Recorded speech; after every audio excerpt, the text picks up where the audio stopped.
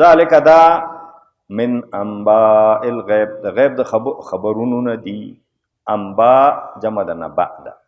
نبأ مهم خبر ته وایي. دا د غیب د خبرونو نه خبرې دي. نوحیه الیک چې موږ یې تا ته وحی کوو.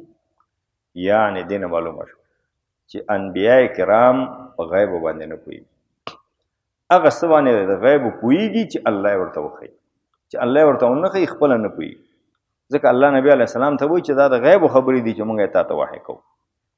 وما كنت لديهم او ته نه وې د دوی په څنګ کې اذ یلقون اقلامهم کله چې دوی غورځول خپل قلمونه. ایهم یکفل مریم چې کوم یو په دې کې کفیل ګرځي سرپرست ګرځي د مریمې. وما كنت لديهم او ته نه وې د دوی په څنګ کې اذ یختصمون کله چې دوی په خپلو منځونو کې په جنجالو چې د مریمې بیبي کفالت څوک واخلي. ځکه دا یو عزت. ګوره دی چې ویوړه قراندازي وشو. قراندازي داسې وشوه چې کوم قلمونو باندې تورات دی لیکه هغه یې اوبو کې واچول. نو یا خو داسې وه چې قلم ته اوبو کې واچوي خو کته یې وړي د کړکې نه چې کوم قلم جوړ شوی چې کوم قلم اوبو کته وینه وړه په خپل ځای باندې ودرېده نو د دې کفالت به هماغه سړی په دې خبره باندې پوه شو. او چا داسې ویلي چې کوم قلم اوبو کې بره لاړه. والله اعلم چې په ځای کې ودرېږي په خپل ځای ودرېږي نو دا هم ډېر لویه خبره ده چې اوبه یې ونیسي. او که بره اوبو کې لاړ شي نو دا خو د هغې نه هم ډېره لویه خبره ده. خو هر رقم قراندازي چې وه قراندازي وشوه او دا د زکریا علیه السلام په برخه شو او هغه د خاله میړو.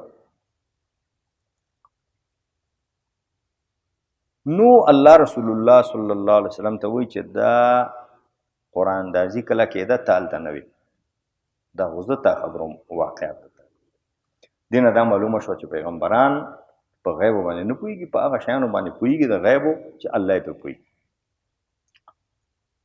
دوم یو نوع خلق دي هغه یې وایي چې پیغمبران په هر ځای کې حاضر او ناظر دي. اوس دلته مونږ یو وي دلته نبي علیه السلام هم شته. یا چې کله مولود شریف کوي نو یو کرته ټول پاسېږي وایي چې هغه دی نبي علیه السلام راغی. خو دا خو دروغ دی. نو چا ولید؟ نو الله وایي وما كنت لديهم اذ یلقون اقلامهم چې هغوی کله قلمونه غورځول ته هلته نه وې. وما كنت لديهم اذ یختصمون چې هغوی بحث مباحثه کوله چې د مریمې کفالت به څوک کوي ته هم هلته هم نه وې. نو دې نه معلومیږي چې هر ځای چې ښکاري هر ځای چې ویني الله یې ویني. انبیا به ډېر ځایونه وویني خو چې الله یې ورته وښیي. که الله یې ورته ونه ښیي بیا نه ویني.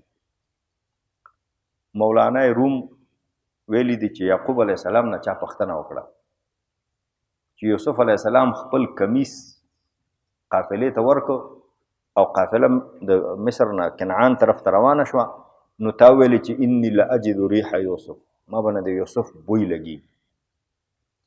نو دا یوسف علیه السلام چې د کنعان په دې کوی کې و د کنعان په کوی کې یوسف علیه السلام و نو هلته دې ولې نه لیده؟ کنعان خو ستا خپل کلی و. نو بیا روم مولانا په شعر کې د عقیده تشریح کوي نو وایي یکی پرسید آذان گم شده فرزند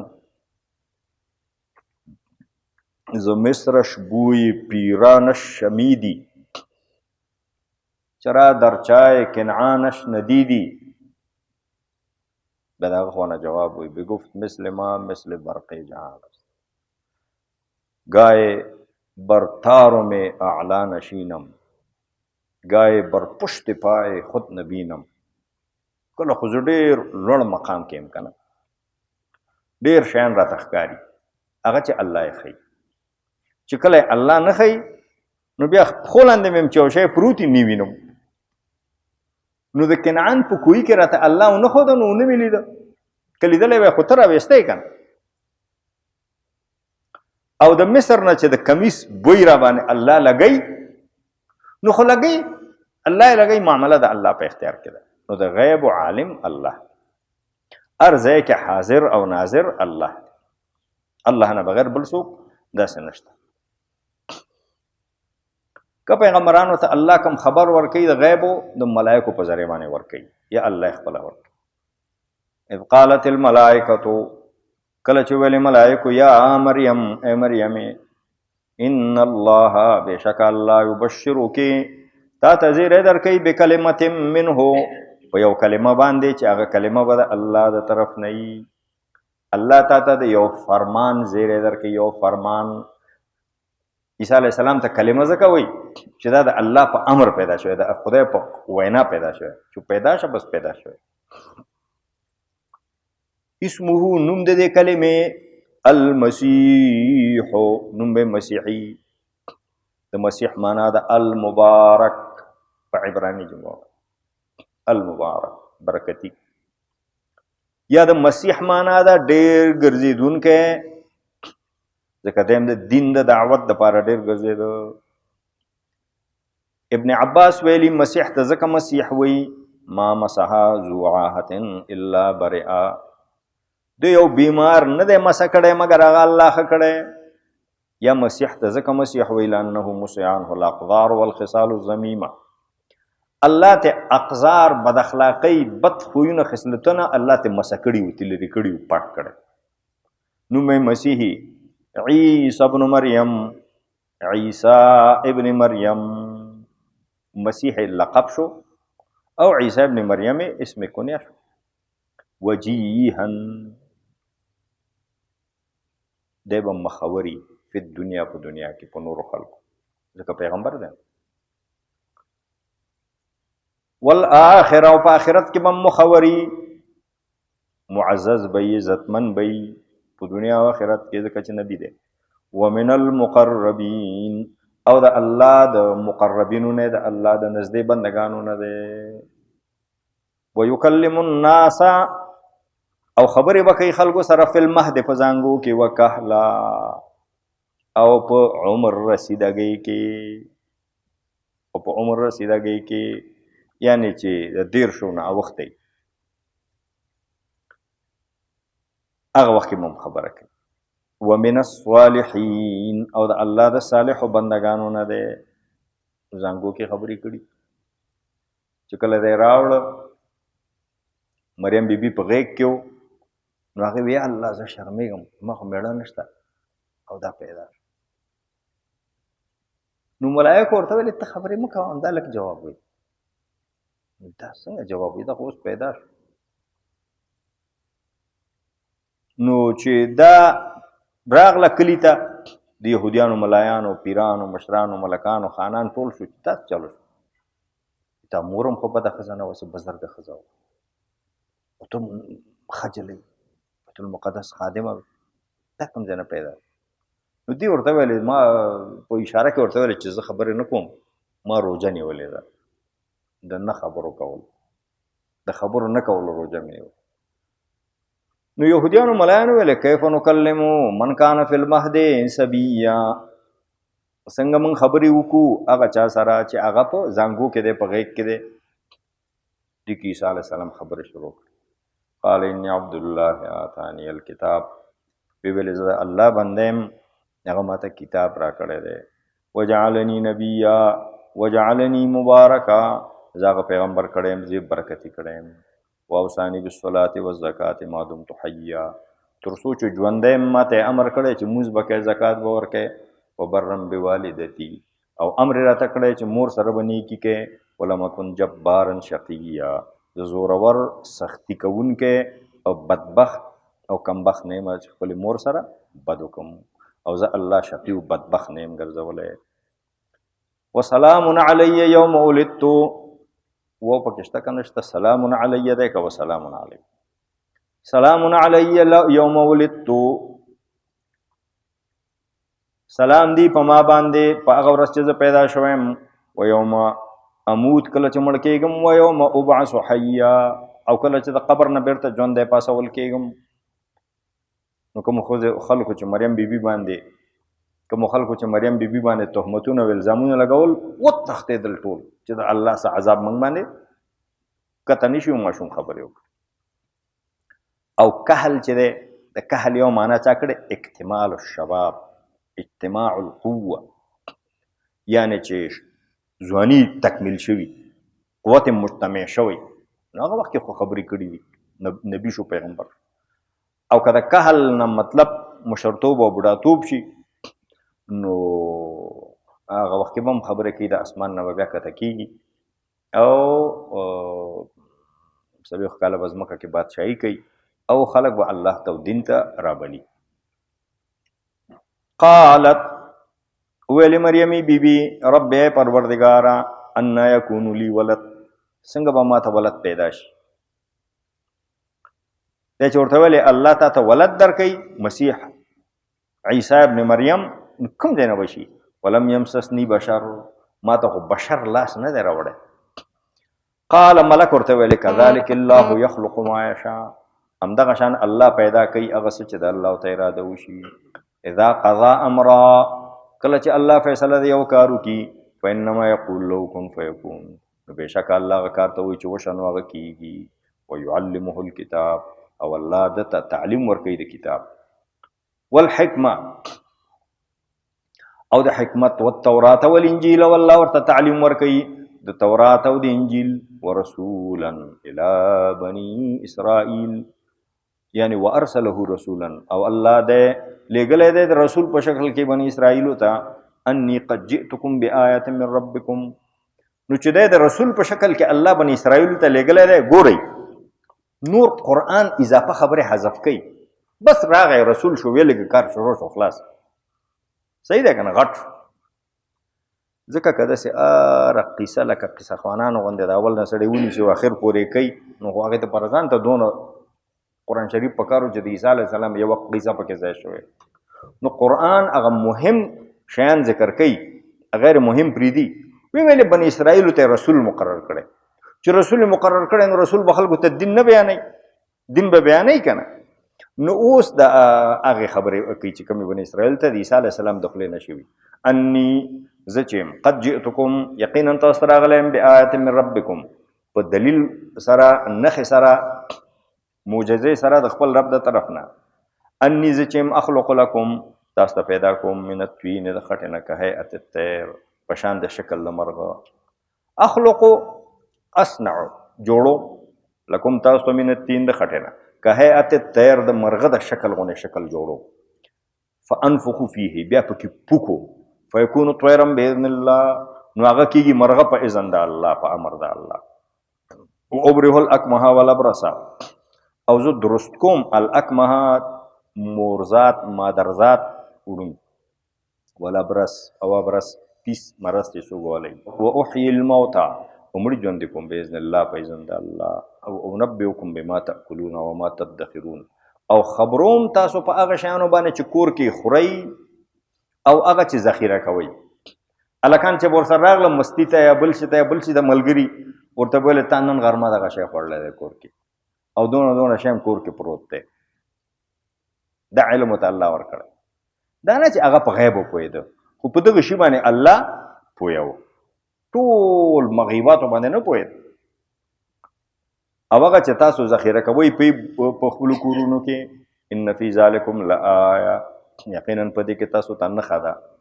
ان فی ذلک لآیة لکم، یقینا په دې کې تاسو ته نښه ده.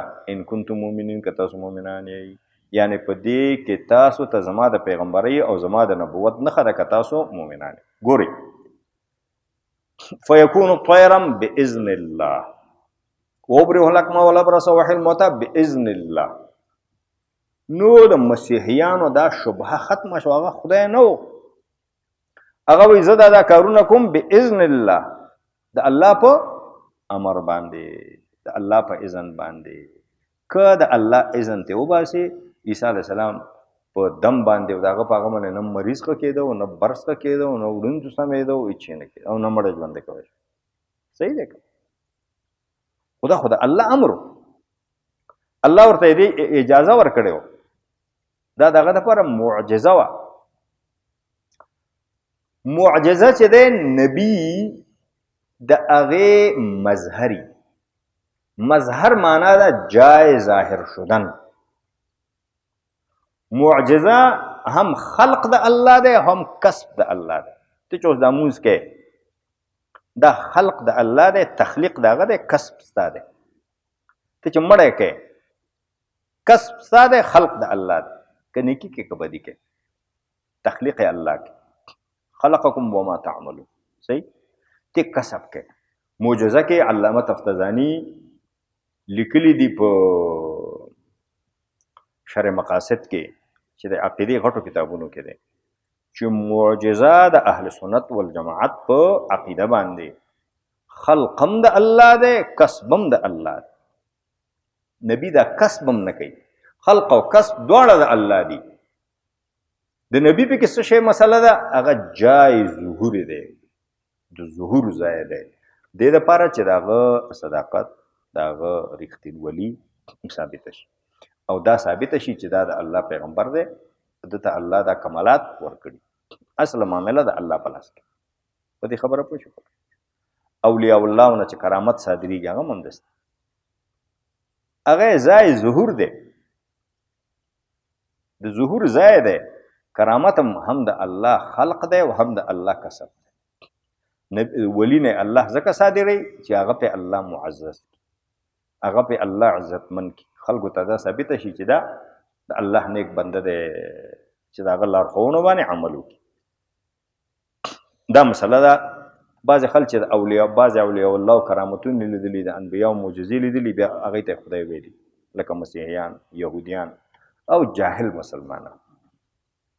جاهل مسلمانان زموږ جاهل مسلمانانو شیخ عبدالقادر جیلانی رحمت الله علیه نه خدای جوړ کړی.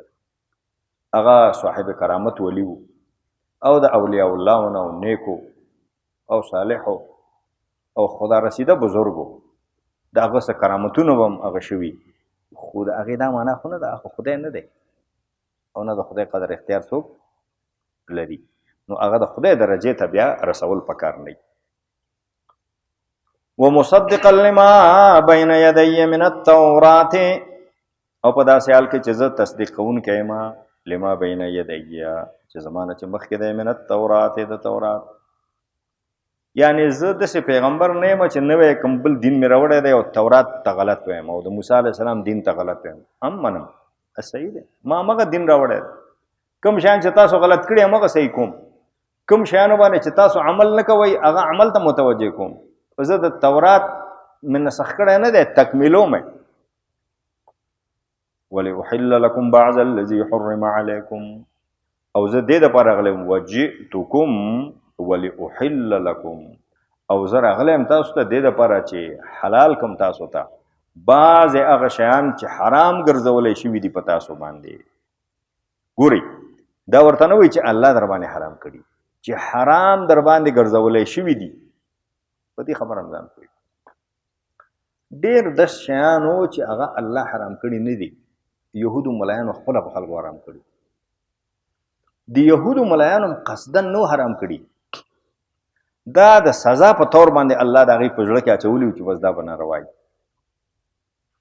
په دې خبره پوه شو که قرآن کې راځي فبظلم من الذين هادوا حرمنا عليهم كل ذي ظفر ومن البقر والغنم شحومهما. د یهودیانو د ظالمانه او باغیانه روش په وجه باندې هر نوک والا شی هم پې حرام کړی و. قانس، بته، اوس چې ورته عربۍ کې وایي نوکانو والا شی. ومن البقر والغنم حرمنا عليهم شحومهم، او د غوانو او د ګډو بیزو واز هم پې حرام کړی دی. دا به خپل ځای کې راشي. نو ورسره شته فبظلم. نو تحریم دوه قسمه دی، یو تحریم تشریعي دی چې د الله په شریعت کې وشي، چاته د سزا په طور الله نه کوي، هغه د خدای رحمت دی. یو تحریم هغه دی چې هغه د عذاب په طور باندې په چا باندې مسلط شي، هغه دغه فبظلم من الذين هادوا حرمنا عليهم كل ذي ظفر. په دې خبره باندې پوه شو که؟ نو دغه شیان عیسی علیه السلام بیرته ورته حلال کړه، او څه شیان داسې چې پیرانو ملایانو مزاج سخت دي، نو څه مباحات په خلکو باندې داسې کي لکه واجب صحیح یا مستحبات په خلکو باندې داسې کي لکه واجب او یا ځینې مباحات هغه خلکو ته حرام دي مني کې چې بس دا منې نو هغه دین چې سخت کړی و نو هغه بیرته اسان و ولأحل لکم بعض الذي حرم علیکم دې دپاره چې حلال وګرځوم تاسو ته بعضې هغه شیان چې په تاسو باندې حرام کړلي شوي وو دا نه وایي چې الله حرام کړي چې حرام کړلي شوي وو حرام کوونکی معلوم نه دی نو چې هر ملا صاحب کړي ور پیر صاحب کړي ور بزرګ صاحب کړي خو بس هغه خپل طبیعت ته کتلي یو شی په خلکو باندې بند کړي د دې مثال زمونږ د شریعت کې داسې دی بعضې پیرانو صاحبانو او بعضې ملایانو صاحبانو دا پګړۍ په خلکو باندې فرض کړی دی داسې خلکو باندې فرض کړی چې بس مونځ کې دا نه وي نو مونځ کې څه نقصان راځي بیا همغسې د عوامو هم د عقیده جوړه شوې پګړۍ باندې نه پګړۍ باندې مونځ کې هېڅ نقصان نه راځي یو کتاب کې هم دا نشته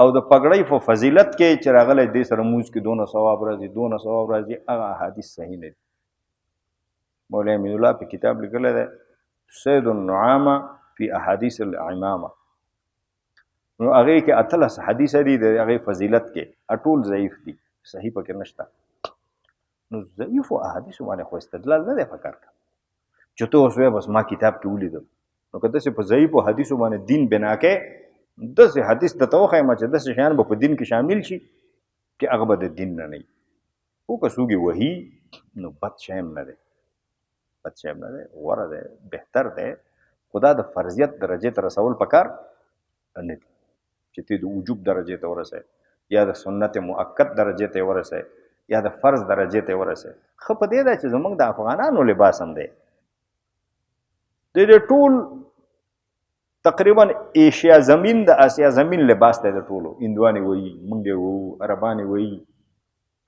افریقایانې وایي هغه د کلکتې نه نیولی د روس سرحدونو پورې دا ټول خلک وایي خو د هر چا ډیزاین خپل دی عربان لږ سپکه ونې وایي کټوازیان چې دی د موټرو ټایرونه په سر ایښي دا خو ولکه یو پیغمبر هم ویل د عربانو خپل ترتیب دی 3 شرعي زراع دونه دسماله غونه به راته و هغه به عمامه وه نو څه خلک څه شیان په خلکو باندې ډېر سخت کړي ضروري پې باندې وګرځوي دا خپلې درجې نه پورته کړي دا خپلې درجې نه لوړ کړي نور هم داسې شیان دي چې موږ په خلکو باندې سخت کړي دي هغه ډېر سخت نه دي وجئتکم بآیة من ربکم او زه راغلی یم تاسو ته بآیة یوې نښې سره یوې معجزې سره من ربکم ستاسو د رب د طرف نه یا بآیة معجزې سره که یوه دي که 2 دي که 3 دي ستاسو د رب د طرف فاتقوا الله واطیعون نو تاسو د الله نه ویرېږئ زما اطاعت وکئ ګورئ تاسو دا ونه وایئ چې دا خبره ده د ځانه وکړه دا تفسیر کبیر کې امام رازي صاحب لیکلي ولأحل لکم باندې فی قولان اول ان الاحبار كانوا قد وضعوا من عند انفسهم شرائع باطله ونسبوها الى موسى فجاء عيسى ابن مريم ورفعها وابطلها واعاد الامر على ما كان في زمن موسى دوم ان الله حرم بعض الاشياء لليهود عقوبه لهم على بعض ما صدر عنهم من الجنايات ثم بقي ذلك مستمرا على اليهود فجاء عيسى ابن مريم ورفع تلك التشديدات عنهم اما خبرې چې ما ټولې وکړې 2 ترتیبه باندې هغه ټول امام رازي رحمت الله علیه لیکلي او نور مفسرون هم لیکلي